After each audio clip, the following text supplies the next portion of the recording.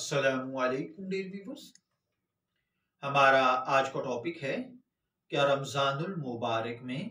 रोजे रखने के लिए औरतें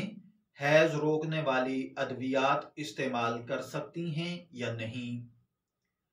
आमतौर पर होता ये है कि ख़वातीन रमजानुल मुबारक में जब रोजे आते हैं और इस दौरान अगर उनका हैज आ जाए तो शरीयत का हुक्म ये है कि वो रोजे नहीं रखेंगी, बाद में इसकी कज़ा करेंगी।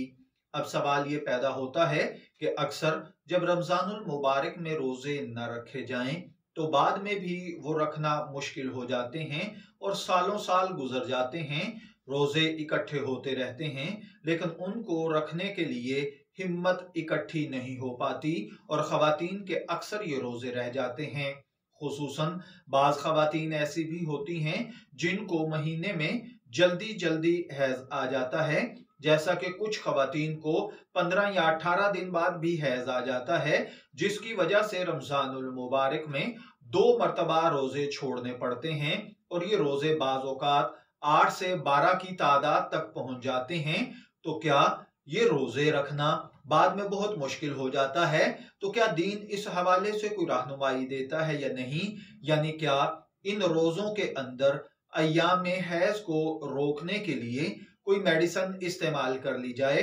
जिससे हैज रुक जाए, यानी हैज ना हो और ख़वातीन ये रोजे मुकम्मल रख सकें। क्योंकि बाज़ औक़ात आपने देखा होगा कि ख़वातीन जब हज पर जाती हैं तो अय्याम हज में हैज से बचने के लिए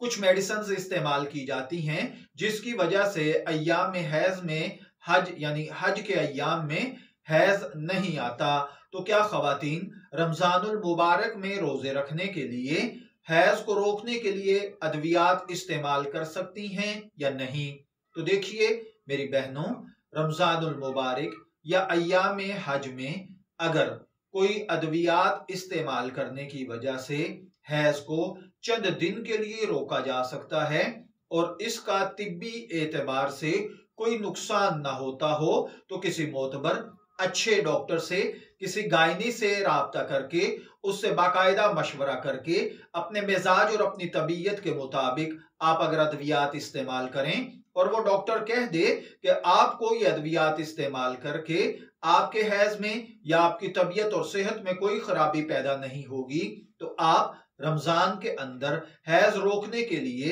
ऐसी अद्वियात इस्तेमाल कर सकती हैं। लेकिन अगर डॉक्टर कहे कि इनके इस्तेमाल के साथ आपके मिजाज या तबीयत या सेहत में कोई खराबी पैदा हो जाएगी जो मजीद आने वाली जिंदगी में मसाइल का सामना करना पड़ेगा, तो फिर ऐसी सूरत में अद्वियात इस्तेमाल करना नाजायज होगा।